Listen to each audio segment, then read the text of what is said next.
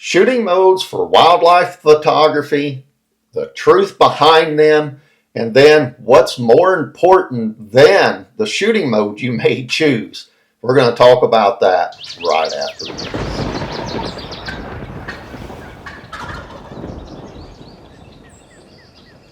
Welcome to the Wildlife Gallery. Join your host and fellow wildlife photographer, Doug Wallace, as we go in search of wildlife and wild places doing wild things to photograph. Welcome back, everybody. I appreciate you being here, tuning in for another video today. I want to talk about shooting modes for wildlife photography, the real truth behind them, and those modes are aperture priority, shutter priority, manual with auto ISO, or full manual. Well, before we get to those, what could be more important than the mode we choose for wildlife photography? To me, it's this. It's understanding that no two species in any particular scene with quality and direction of light will your exposure need to be the same, nor will it need to be the same at any time period throughout the day. On each outing, we find ourselves out in the field chasing wildlife photography, regardless if you've chosen aperture priority, shutter priority, manual with auto ISO, or even full manual. So to kind of prove my point there, let's imagine a great egret, this all-white bird, or even if you're a beginner, I'm positive you've probably encountered this species out in the field before.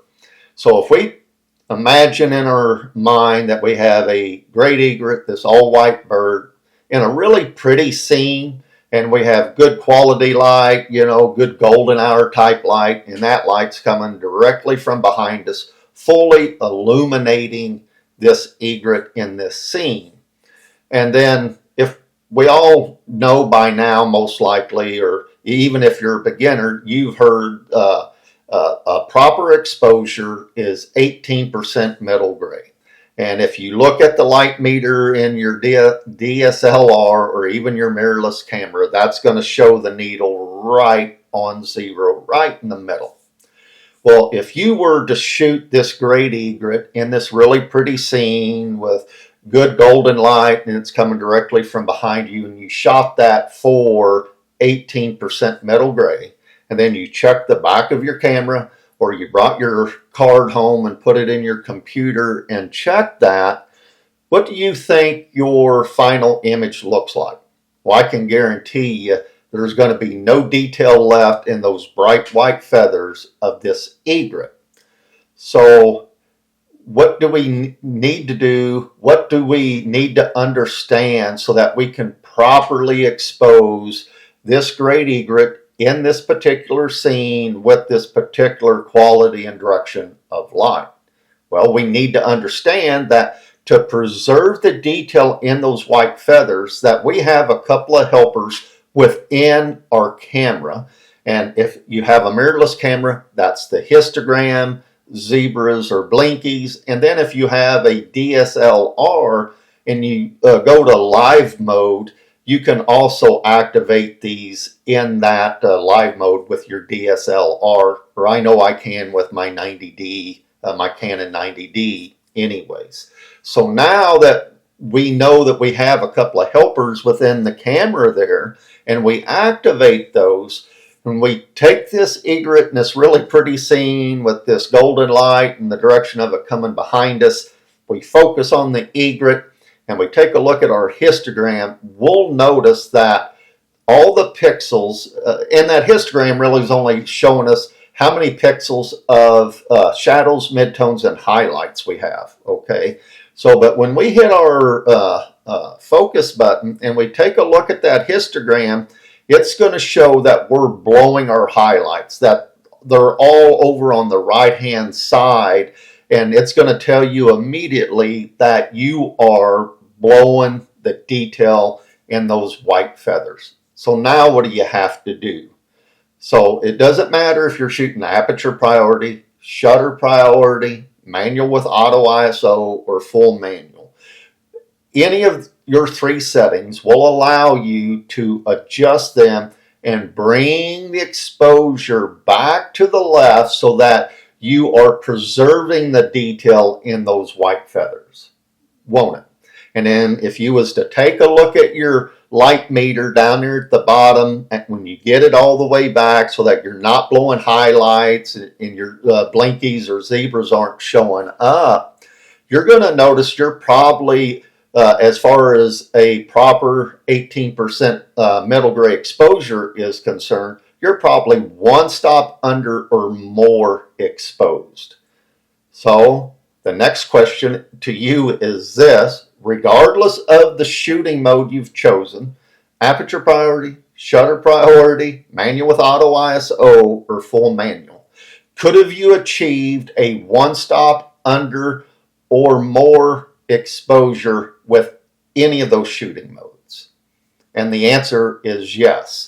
It doesn't matter what shooting mode you're in. If you have this particular egret in this particular scene with this quality and direction of light, all of those shooting modes will allow you as the wildlife photographer to adjust a setting to bring that exposure back to the left to where we are no longer blowing the highlights, but we are preserving the detail in those white feathers. So what was more important here?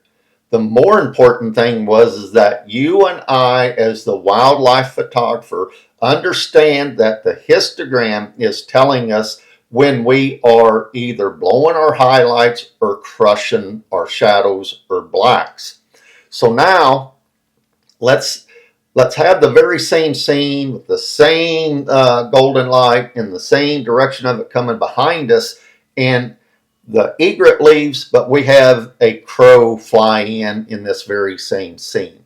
Now what happens? Well, if you shot that for 18% middle gray as well, there'll be no detail in those very dark feathers of the crow. So to properly expose this crow in this scene with this quality and direction of light, you take a look at your histogram and you're going to notice you're going to have to bring that back to the right and overexpose as it pertains to a 18% proper exposure consideration there. You're probably going to need to overexpose by one or more stops so that you raise the shadows, bring out the detail in those extremely dark feathers. Again, you could have achieved that one stop or more of overexposure with aperture priority, shutter priority, manual with auto ISO, or even full manual. It wasn't the camera setting that magically done that for you, nor will it ever magically do that for you if you're listening to one of these other creators here on YouTube push one shooting mode over the other, telling you that this one's going to work better for you while you're out in the field because wildlife photography is just too hard to learn. Action can happen so fast, and if you choose this mode here, you'll have less to think about when you're out in the field. Nothing can be farther from the truth. You have to understand, as the wildlife photographer, that no two species in any given scene with quality and directional light will require the same exposure. Each one of them will require you to adjust some setting to properly expose that particular species in that particular scene with quality and direction of light affecting those settings the most.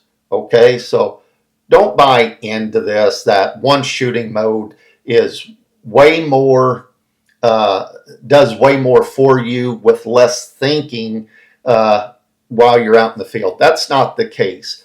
Unfortunately, that is what makes wildlife photography so hard and so challenging, is that no two species in any given scene with quality and direction of light will your settings need to be the same, and nor would they need to be the same as you start at blue hour, go to golden light, and throughout the day. Your settings are always going to change. They're with light. They're always going to change with each species you encounter throughout the day. And unfortunately, again, that's the hard and challenging part behind wildlife photography. There's no shortcuts to it, guys. I'm coming up on 3 years in, and I can tell you I'm learning all the time. And my very best teacher is the mistakes that I made yesterday. It just takes time to learn what species and what scene with quality and light direction, how that needs to be properly exposed. So there's just no shortcuts to it. Don't buy into that one shooting mode is better than the other, that you'll have to do less thinking with one than you would with the other. Myself, I just find shooting full manual less cumbersome than the other shooting modes. Choose the one that makes the most sense to you.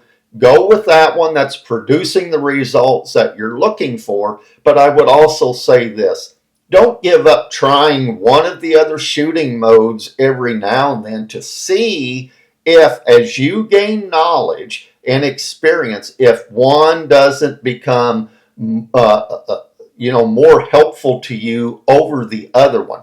That was my progression. I'd done aperture priority. I shot with shutter priority. I went to manual with auto ISO, and then I went to full manual because I just found that full manual for me delivered the results that I was looking for, but that came with experience, and that experience finally taught me that not every species in any scene with quality and directional light will require the same exposure.